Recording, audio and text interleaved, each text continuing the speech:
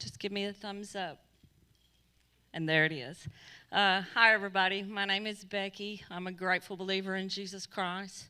In the past, for many decades, I struggled with alcohol abuse, pills, marijuana, all that stuff.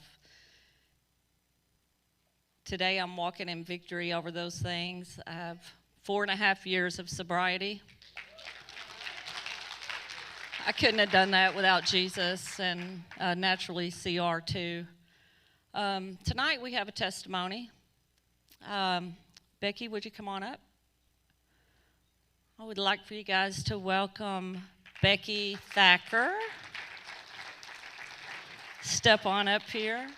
And she's going to do her testimony tonight. Thank you for your service. It is bright. It gets better. Okay?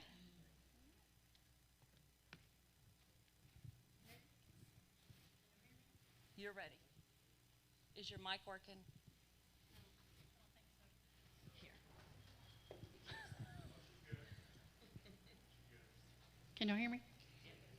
Hi, everybody. I'm glad to see everybody here tonight. I'm always a little nervous on testimony, but I'm getting better. As a young child,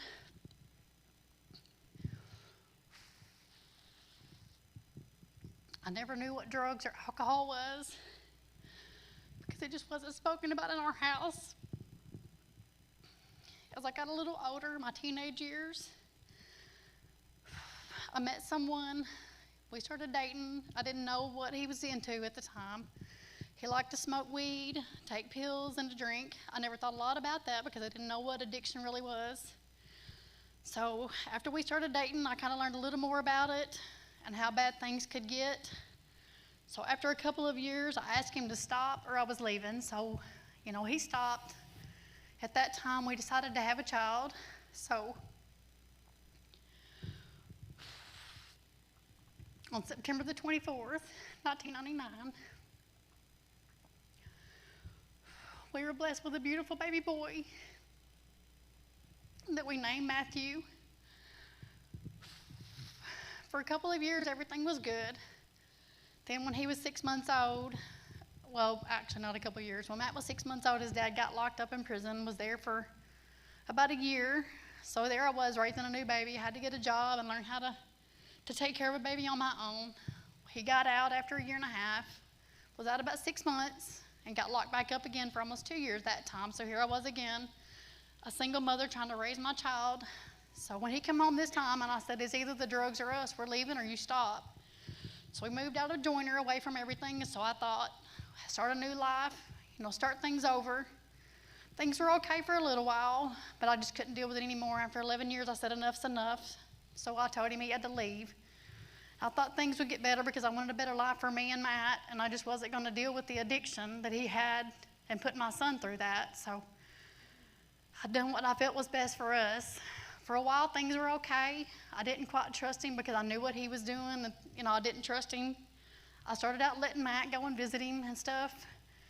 And I kind of suspected that he was letting Matt get high, but I never could confirm it because, of course, you're going to deny it when you're getting high. Everybody does. And I found out when Matt was in 6th grade, he had a fainting spell at school, and they called me. I took him to Le Bonheur, and they drug tested him. And they come in there and told me, do you know your son's smoking marijuana? And I said, no, I had no idea. Well, then DHS stepped in, and I thought my son was going to be taken from me because of something I had never done. And I told his dad, I said, this is it. You're not taking my child. So things got a little better for a little while. And I told him if I ever found out he was letting Matt get high, I was never letting him see Matt again because I wasn't going to let my child go through that. And around that time, we had separated. I met my husband that I'm married to now, and we tried to get Matt to do things with us. We tried to do everything we could to keep Matt from having a reason to want to go to his dad's, and for a couple of years that worked. And then as he got older, he wanted to go be around his dad because he was just, he was a boy wanting to be like his dad and around his dad. So it didn't matter what we done or how hard we tried. He always wanted to go be with his dad all the time, and that worried me a little bit because I knew what he had done in the past. But I told Matt, I said, I always told Matt, you've seen what it's done to your dad. Don't ever go down this road. Just don't do it, because it ruined him. It took his family from him. It took everything he ever had, because he just couldn't leave the addiction alone. And I thought with me pounding that in Matt's head that things would change for Matt and he would realize that it's not worth it. But it didn't work. No matter how many times I tried to talk to Matt, he was stubborn-headed, and he just didn't think Mom knew anything. But I knew a lot more than he ever thought I did. As he got older, his addiction got a little worse. He started dabbling into pills, into meth, and drinking. He liked to mix a lot of things, and that always scared me, because I knew mixing things was a bad idea. But, there again, no matter how many times I told him, he's always like, Mom, you don't know anything about addiction. You've never been there. And I'm like, no, but I've seen what it's done to our family, and I don't want that. I don't want that. And me and Milton tried our best to steer Matt down the right road, but he was just determined to be like his dad. As much as I hated that, he wanted to be like his dad. So he just kept doing those things, and as he got a little older, things got a little worse. He got in trouble. And then in high school, he quit the 12th grade because he just got 18 and decided he didn't want to go to school anymore, and that's when things really started going downhill. He was starting to steal. He was starting to, do anything he could do to get his fix, to get high.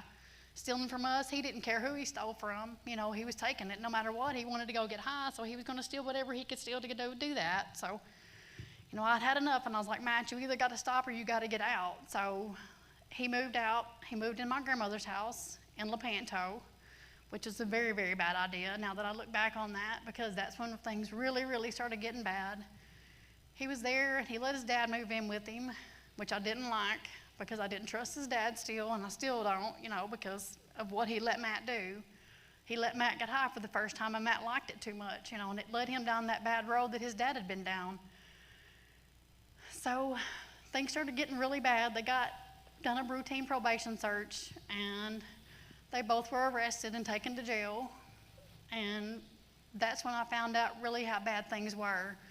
I found out that day, the day that Matt got arrested, that he had started using IV drugs, and that really was heartbreaking. He was one of those kids that hated to get a shot. He would cry and scream because he hated needles. So the thought of him wanting to do that was it was beyond. I just couldn't imagine. He'd come home and said, Mom, I'm done. I want to get clean. I want to do right. So for a while he did. But he told me, he said, Mom, you've got to make Dad leave. I can't be sober with somebody getting high in the next room. So I told his dad, I said, you got to go. You can't be here. Matt wants to do this, and he can't do it with you. So I made his dad leave, and I thought things would get better. And they did for a little while. Matt would stay clean for a while, and then he would relapse. He would stay clean for a while, and he would relapse. And I kept begging him, Matt, just go to rehab. Do what you got to do to get clean. And he's like, Mom, I can stop anytime I want to. When I'm ready, I'll stop, And he could, but he just wasn't ready to stop completely. So he got arrested 3 times, I think, within about a month and a half span. And that last time I told him, I said, the only way I'm letting her get you out is if you promise me you'll go to rehab. So he said, Mom, I'll go. I promise you I'll go. Well, the time came for him to go. He had a reason why he couldn't go. And I told him, I said, I'm not going to do this. I'm done. I'm washing my hands. You either do this or you don't. I can't be, supportive of you if you're not going to get help. You've got to get help before something bad happens, because in Lepanto, there had been 2 young women pass away of overdose just within, probably 6 months before all this. And I told him, I said, Matt, there's some bad stuff going around. You've got to stop. You've got to get help.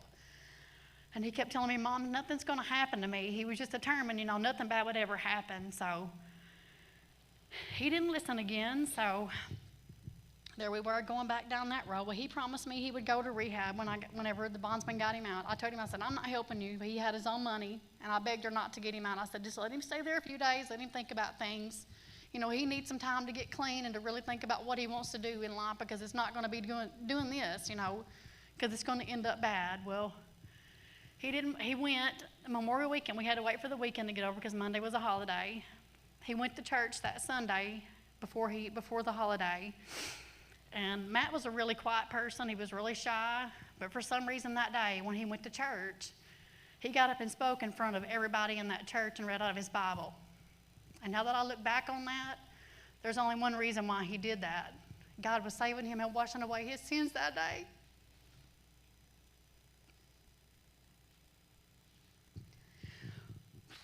He come home that day and he was so happy. He said, Mom, I found God. He said, I forgot how good it felt to be clean and sober. And I said, Matt, I'm glad, we can do this. You can do this. You can do this. You're strong enough. You can do anything you want to. So, he went to rehab on Tuesday, on June the 1st, to Agape House. He had court on Friday for the drug charges, and they offered him more time then, even though he was in the rehab, than what they had offered him before. So he come home that Friday. He called me. He said, Mama, come get me. I said, Matt, please don't leave. But he did. He said, I'm not going to prison and staying away from you. I'm not staying away from you in the rehab. I want to be home, and I want to do this at home. I can do this. So I said, Matt, you can't. You're not strong enough. You've done this so many times before, and, you've never been able to do it. But I always stood behind Matt. I never let Matt down. No matter what he was going through, I was always his rock. And people don't have that in addiction. I know a lot of people don't. A lot of people don't have that support system, so you have no reason to want to quit sometimes. And I have no idea because I've never been through that, so I have no idea what you're going through. But I was always there for Matt, and I'm glad that, now that I look back, I'm glad that I could be there for him, be his rock, and be that one supportive person that, he had. But when he left rehab that Friday, he told me, he said, Mom, I can do this. And I said, okay. I said, we'll try, but I was in the back of my mind, I'm thinking, he can't, but I wasn't going to tell him that. I thought, well, we'll see. Well, Saturday was good, Friday was good, Saturday was good. Sunday, I walked outside after I got up and had breakfast, and he was standing under my carport. And when I looked at his face and looked in his eyes, I knew he was messed up. I knew he was high. And I just stood there and looked at him and started crying. And he said, Mom, what's wrong? Why are you crying? And I said, Matt, I thought you could do this. I know you're high. And he's like, but Mom, I'm not. And I was like, Matt, you can't lie to me. I can tell by looking at your face that you're not clean, you're not straight. I said, I thought you could do this. And he said, Mom, I can, He said, I just took something from my back or whatever. And I was like, there's no excuse. But, okay, Matt. And he hugged my neck and he said, Mom, I can do this. He said, I got this. He said, don't cry. Everything's going to be okay. Starting today, everything's going to be okay. And I said, I don't know, Matt. Well, little did he know, the next day would be one of the worst days of my life.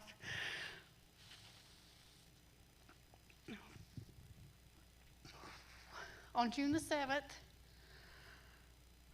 at around 12:18, I was at work, and I got a call.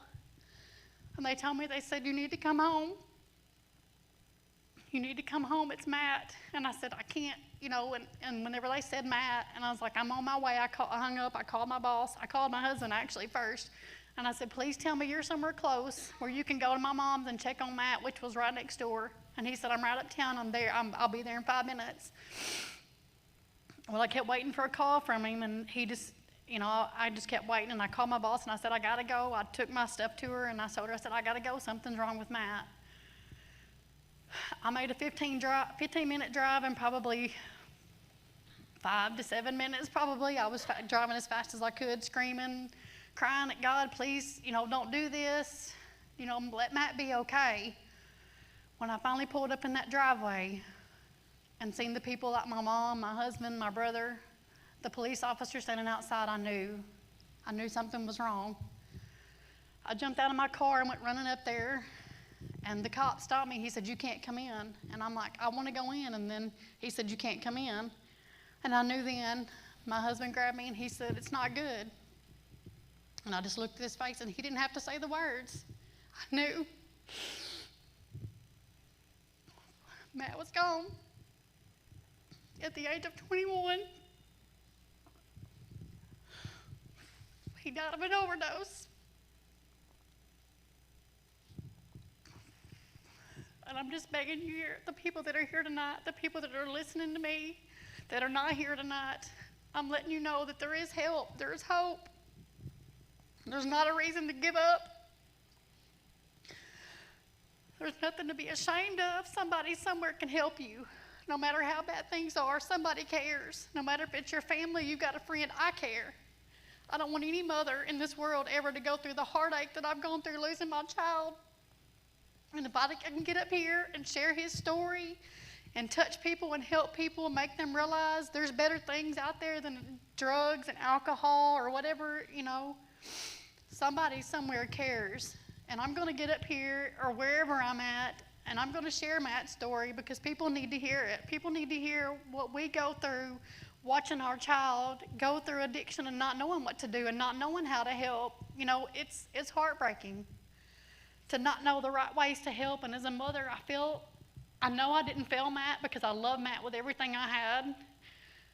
But in a way, I feel like maybe I loved him a little too much because he was scared to be away from me and he didn't want to go get help. But then again, if he wanted help, it wouldn't have mattered how much I loved him, he would have got help. And I'm going to continue to share his story because people need to hear it. People need to know the realization of the pain that you're putting your family and your loved ones through, to watch you go through something that they can't fix. Only you can fix it, but you can change your life. And I hope that just one person here tonight that I've touched by sharing Matt's story, that I've done him justice by sharing his story, because he wanted to get up and testify and talk to people when he come home from rehab. He can't be here, but I'm going to be here and I'm going to be his voice no matter how many times I have to do it. And no matter how many times I have to cry in front of a complete room of complete strangers, I'm going to do it because Matt deserves that. I deserve that right to share his story and for people to hear his story and to see me cry and to realize the heartache that I'm going through of losing my child from something that I couldn't fix. And I just want to say thank y'all for letting me talk and to listen. I really appreciate it.